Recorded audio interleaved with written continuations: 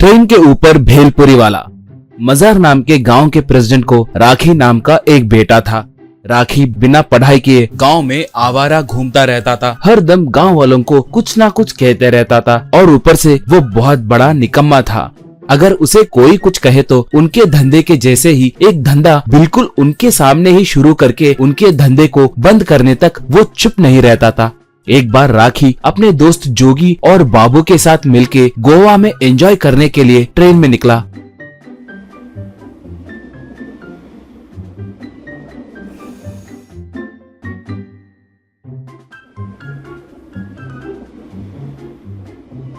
थोड़ी देर के बाद भद्री नाम का एक भेलपुरी बेचने वाला आकर उन्हें भेलपुरी देकर पूरे मिला के 90 रुपए हुए हैं, कहा। राखी तब, ए जोकर, क्या तीनों को मिला के 90 रुपए हुए? यही हमारे गांव में सिर्फ 5 रुपए में मिलते हैं। दाम बहुत बढ़ाकर बोल रहे हो, मैं नहीं दूंगा, कहा। भद्री तब, देखो भाई, लगता है तुमने बाहर की दुनिया नहीं देखी। लगता है तुम जरूर व्यापारियों के पास ब्याज पे पैसे देकर आए दिन उनसे वसूल करने वाले हो, या बिना कोई काम धंधे के घूमने वाले आवारा हो। कहकर उसे दिए भेलपुरी को छीनकर चला गया। ये देखकर राखी गुस्से से आग बबूला हो गया। नो, मुझे अभी के अभी भेलपुरी बेचना है। उतना ही नहीं, अभी के अभी इसे सबक सिखाना है। मेरे झटके से ये 1 रुपया भी कमाए बिना खाली हाथ घर जाना है। उसका पूरा माल खराब होना चाहिए, कहा। जोगी तब, यार अच्छे से गोवा जाते वक्त ये सब जरूरी है क्या? छोड़ दो यार, वहाँ अच्छे से एंजॉय करेंगे। रोड पे जाते वक्त कुत्ते ने भौंका है, सोचो, कहा। राखी तब, हाँ, वो कुत्ता ही है, उसने भौंका। मगर किस पे भौंका जानते हो? एक पागल कुत्ते के सामने भौंका। यस, मैं एक पागल कुत्ता हूँ। तुम क्या करोगे मुझे नहीं पता। मुझे भी एक भेलपुरी सेटअप चाहिए, वो भी अभी के अभी, चाहे जितने भी पैसे खर्च हो, कहा। अब जोगी विवश होकर पूरा ट्रेन घूमकर एक भेलपुरी वाले को थोड़े पैसे देकर वो भेलपुरी सेटअप लाकर राखी को दिया।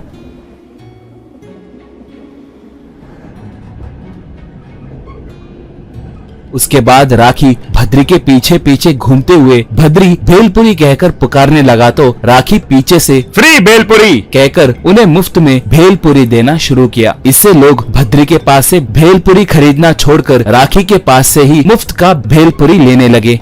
ये देखकर भद्री, क्यों नाटक कर रहे हो क्या? देखो, ट्रेन में बेचने के लिए लाइसेंस की जरूरी होती है। अगर पकड़े गए तो तुम्हें पुलिस वाले धोएंगे। शराफत से चुपचाप साइड हो जाओ, कहा। इतने में ट्रेन एक स्टेशन में रुकी।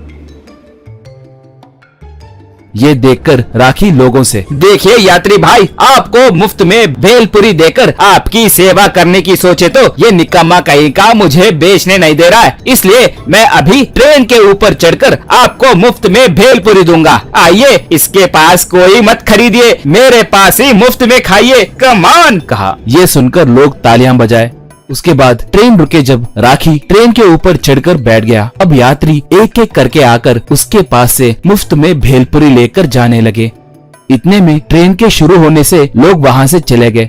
अब राखी जल्दी जल्दी 2 भोगियों के बीच में डरते हुए सफर करने लगा। उसके बाद अगले स्टेशन में ट्रेन रुकने के बाद वो जल्दी जल्दी ट्रेन के अंदर आ गया। भद्री थोड़े लोगों को भेलपुरी बेचने लगा था। ये देखकर राखी गुस्से से उसके पास आकर, ये ट्रेन लाइसेंस किसके पास से लेना है? कितने में लेना है? बोल, अभी बोल। मैं अभी के अभी ट्रेन लाइसेंस लेकर भेलपुरी बेचूंगा। कुछ भी करके मैं आज तुम्हें भेलपुरी बेचने नहीं दूंगा, कहा। भद्री तब, भाई तुम्हारी समस्या क्या है? लाइसेंस 1 लाख रुपए में मिलती है। वो 1 लाख रुपए दिए तो एक भेलपुरी सेटअप मुफ्त में देंगे। मैं ही उस यूनियन का प्रेसिडेंट हूँ, मुझे ही वो पैसे देने होंगे। क्यों दोगे? तुम्हें उतना दम है क्या? पूछा। राखी तब, दम के बारे में तुम मेरे सामने बात कर रहे हो क्या? अब देखो, कहकर उसके दोस्त लाख मना करने पर भी उनके पास से पूरे पैसे छीनकर भद्री को पैसे देकर, ये लो तुम्हारे 1 लाख रुपए, ले लो, ये भेलपुरी सेटअप मुझे दे दो। कहते ही भद्री अपना भेलपुरी सेटअप राखी को दे दिया। उसके बाद भद्री तुरंत ट्रेन के चेन को खींचा। इससे ट्रेन रुक गई।